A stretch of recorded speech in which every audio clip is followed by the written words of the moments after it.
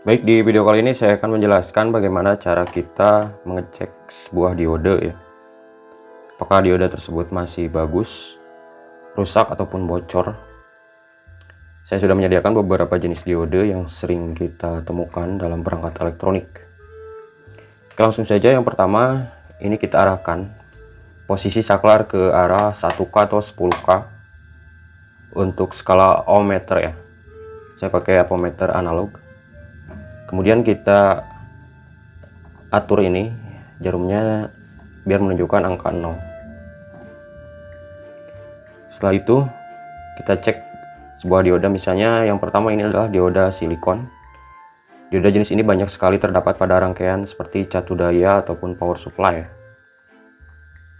Caranya kita tempelkan probe hitam di kaki anoda seperti ini yang tidak ada garis putihnya, dan probe yang merah di kaki katoda. Nah, bila jarum bergerak berarti dioda masih bisa menghantarkan arus listrik atau tidak putus ya. Dan bila jarum tidak bergerak berarti dioda mati. Kemudian kita balik posisinya, yang merah di anoda dan yang putih yang hitam di katoda. Kita tempelkan seperti ini. Bila jarum bergerak berarti dioda sudah bocor, dan bila tidak bergerak berarti dioda masih bagus. Jadi untuk rangkaian power supply ini sebaiknya dipilih dioda yang tidak bocor ya, biar nanti arus DC yang dihasilkan juga lebih bersih. Oke, yang kedua ini adalah dioda LED atau light emitting diode. Jadi ini menghasilkan cahaya ya. Untuk pengetesnya kita arahkan ini ke posisi X1 ohm ya, seperti ini. Kita coba yang ini dulu. Biasanya kan panjang sebelah ya untuk kakinya. Nah, yang panjang itu kita tempelkan di probe hitam. Ini sebenarnya kaki katoda ya. Kemudian yang pendek kita tempelkan di probe merah. Nah, seperti ini ya. Bila masih menyala dengan baik berarti dioda ini atau LED ini masih bagus. Kemudian ini juga adalah lampu LED. Ini jenisnya LED HPL.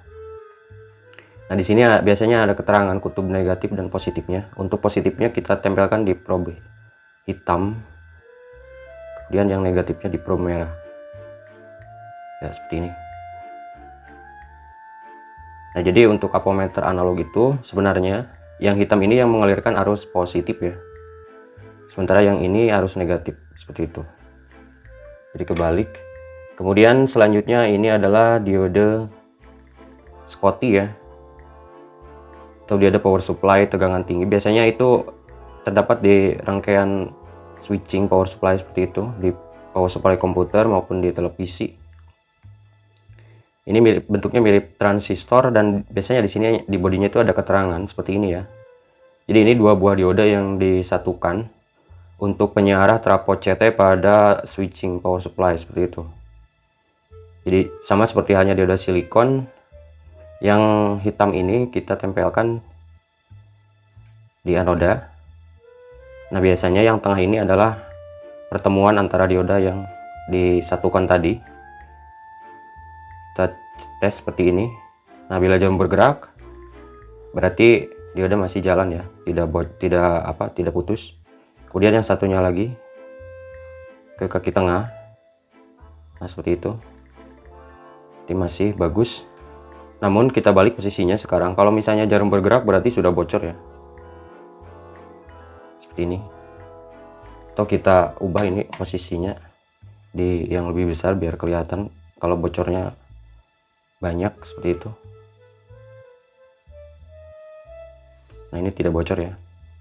Berarti dioda Schottky ini masih bagus. Kemudian selanjutnya ini adalah dioda bridge atau dioda jembatan. Ini sebenarnya adalah 4 buah dioda yang disatukan untuk penyearah trafo 0 ya, bukan trafo CT. Jadi biasanya di bodinya itu ada keterangan plus itu untuk keluaran atau output tegangan DC dari dioda ini, min itu untuk keluaran negatif, dan yang ini adalah untuk arus AC. Jadi kita tempelkan ini salah satunya di yang hitam ini di salah satu yang berlogo AC. Kemudian kita tempelkan di negatif. Nah, berarti ini masih bagus ya. Sementara kalau kita tempelkan di positif itu akan bergerak karena ada arus dari probe hitam ke probe merah. Kalau ke kutub negatif itu ketahan. Kemudian kita balik posisinya. Nah, ini seharusnya bergerak ya. Nah, seperti itu. Dan yang ini kalau dibalik posisinya tidak bergerak. Untuk yang satunya lagi sama seperti tadi. Probe hitam di kaki AC dan probe merah di kaki plus bergerak. Kalau probe merah di kaki min tidak bergerak. Kemudian kita balik posisinya. Ini tidak bergerak, sementara yang ke min itu bergerak. Berarti dioda ini masih bagus. Kemudian selanjutnya ini adalah dioda damper atau Scotty Barrier bisa juga ya, yang mirip-mirip seperti ini, tergantung seri dari diodanya. Nah, biasanya ini mirip-mirip seperti dioda silikon seperti ini ya. Jadi ada kutub anoda dan katodanya, tapi di sini yang membedakan biasanya ini hambatannya lebih kecil daripada dioda silikon biasa dan frekuensinya lebih cepat, gitu aja sih. Nah, seperti ini berarti ini adalah kaki katoda, yang ini adalah anoda. Jadi kalau kita balik posisinya ini seharusnya jalan ya, seperti itu ya. Kemudian selanjutnya ini adalah dioda germanium tipenya I60. Diodanya kecil dan ini berlaku juga untuk dioda Zener ya, sama seperti ini untuk cara mengetesnya. Jadi kita tinggal arahkan ini ke saklar X10 seperti itu. Kali 10 saja ini sudah cukup ya. Kita tempelkan yang anoda di hitam dan yang katoda di merah. Nah, berarti ada arus yang mengalir, berarti dioda ini masih bagus. Dan kalau dibalik masih bergerak jarumnya berarti sudah rusak atau bocor. Dan kalau seperti ini masih bagus ya.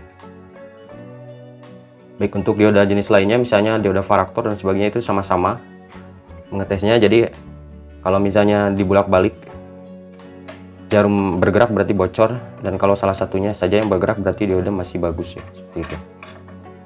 Baik, semoga menginspirasi ya. Terima kasih telah menonton.